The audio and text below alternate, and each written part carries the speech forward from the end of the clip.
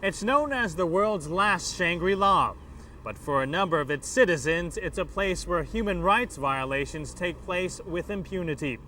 The Royal Kingdom of Bhutan has for centuries been closed to the outside world. In the past decade, tens of thousands of Bhutanese have escaped what they claim to be tyranny, torture, and ethnic cleansing in the Himalayan kingdom. Susan Yu reports from the Bhutanese refugee camps in Nepal on why most fear returning home.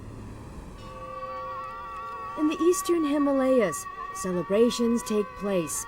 It's to welcome the world's most isolated and least developed country into the millennium. Existing in solitude for centuries, the tightly controlled Kingdom of Bhutan has recently opened its doors for the first time to television and the internet. Since 1972, King Jigme Singye Wanchok has ruled this tiny nation nestled between India and China. With an official population of 600,000, Bhutan has been described in one guidebook as truly Shangri-La, a mythical country deep in the mountains. But also buried in the Himalayas lies a dark secret. For the tourists who visit Bhutan, I request them they should visit eastern part of the country as well as southern part of the country and find out the facts. The true Shangri-La, what they imagine themselves as, probably is all imaginary. This is the other face of Bhutan. A tortured political prisoner, malnourished children, Bhutanese refugees protesting oppression. There are evidences that these minority ethnic groups in Bhutan belonging to the Nepalese ethnicity were made to leave the country under special circumstances. Psychological terror was created. They left out of intimidations. They were made to change their dress codes, and their culture was under attack. The victims? Bhutanese Hindus of ethnic Nepalese origin. 2/3 of the people of Bhutan are Buddhists. Still, the kingdom feels threatened by the growing number of Hindus in the south. The solution? To limit and even reduce the minority Hindus by amending the country's Citizenship Act. Human rights activists have been calling this ethnic cleansing. Bhutanese officials call it common sense. Tashi Dorji is a National Assembly member of Bhutan, and he makes no apologies for the kingdom's policies. We have a lot of immigrants coming to Bhutan, and we have accepted prior to 58. Then, as you know, our country is a very small country, locked between the two huge countries. And we can't afford to have a lot of immigrants coming to Bhutan. Since 1985, the monarchy requires all its subjects to prove their citizenship through tax receipts dating before 1958. The policy that was adopted by the royal government of Bhutan was targeted to eliminate or to drive out the southern settlers who had been to southern Bhutan for the last many generations. What followed? Protest against the policy, and then a government crackdown on dissent that many say continues today. The kingdom has no constitution or Bill of Rights, but it adamantly rejects claims that it opposes the freedoms of its people. The truth or the fact is, there is no discrimination of any ethnic Nepalese in Bhutan.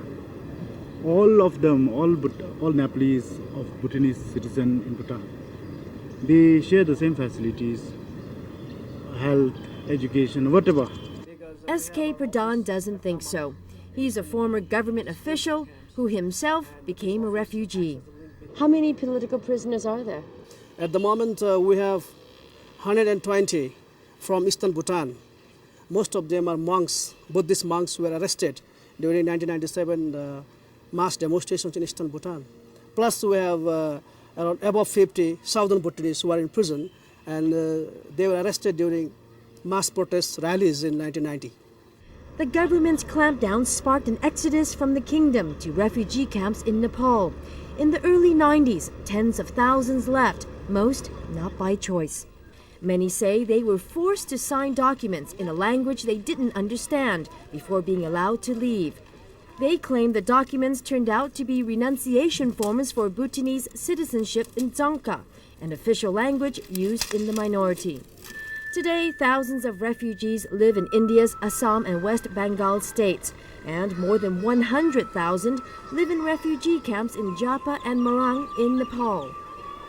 Jungles were cleared to make way for camps like this one. It's one of 7 in eastern Nepal to accommodate a refugee population that has ballooned to 100,000.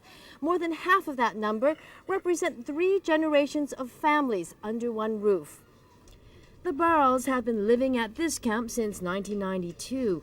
Rukmina Baral is the matriarch of the family.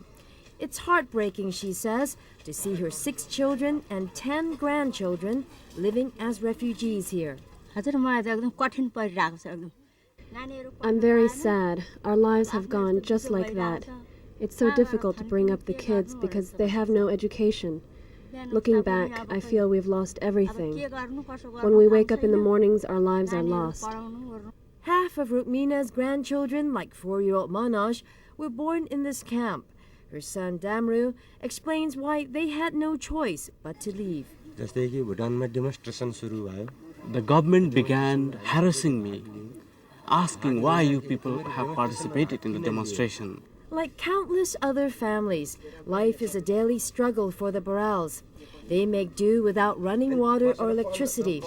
For the children, schooling is provided by non-government organizations, but education is limited. At least in the UN-run camps, Nepali can be taught and spoken, unlike in Bhutan, where a royal decree banned the use of the language in schools 2 years ago. Food rations are enforced, with donor supplies coming in twice a month. For many, it's been nearly 10 years since they fled their homeland in Bhutan. For most of the refugees, they find peace and relative security here. But for a select few, every day is a challenge as they try to escape bad memories, ranging from being raped to being tortured.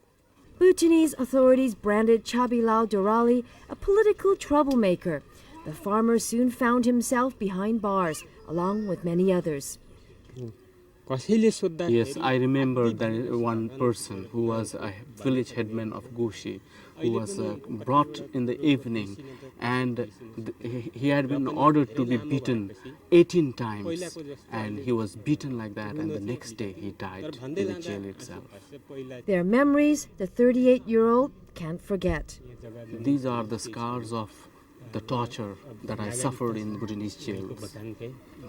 The claims of torture and abuse cases have become so alarming that they've caught the attention of Amnesty International, the Asian Human Rights Commission, and even the U.S. State Department's Bureau of Democracy, Human Rights, and Labor. It's no surprise for this 23-year-old refugee. On the condition we keep her identity anonymous, she was willing to talk to Focus Asia about how she fell pregnant after Bhutanese security personnel gang-raped her when she was 16.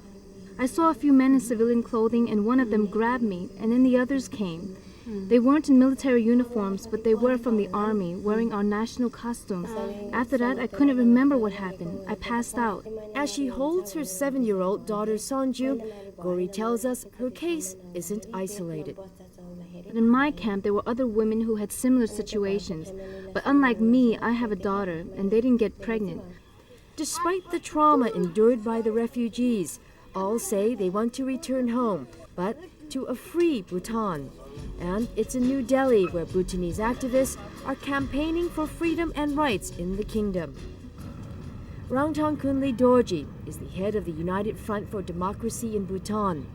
4 years ago, Indian authorities arrested the leader after Bhutan requested his extradition to face charges of anti-government activities.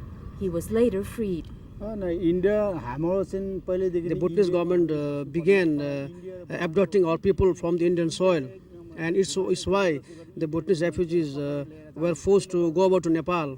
Actually, Nepal is a third country for us. The next door neighbor is India, and we must get the Indian help.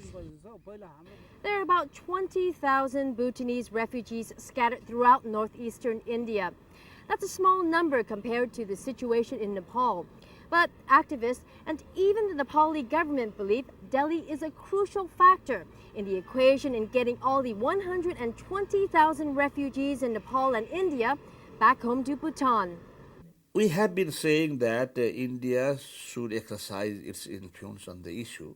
These people in large number came via Indian territory, sometimes even under protection of the local police force. This is an issue that is bilateral between Bhutan and Nepal. India has no role to play in this regard. As the politics are hammered out back in the camps, the future is looking more uncertain for another growing Bhutanese population, the refugee children. Susan Yu on the Bhutanese refugees in Nepal. And the Nepalese government has become so concerned about the number of refugees in the country, it raised the matter in the United Nations last year. Several rounds of bilateral talks between Nepal and Bhutan have so far proved unsuccessful.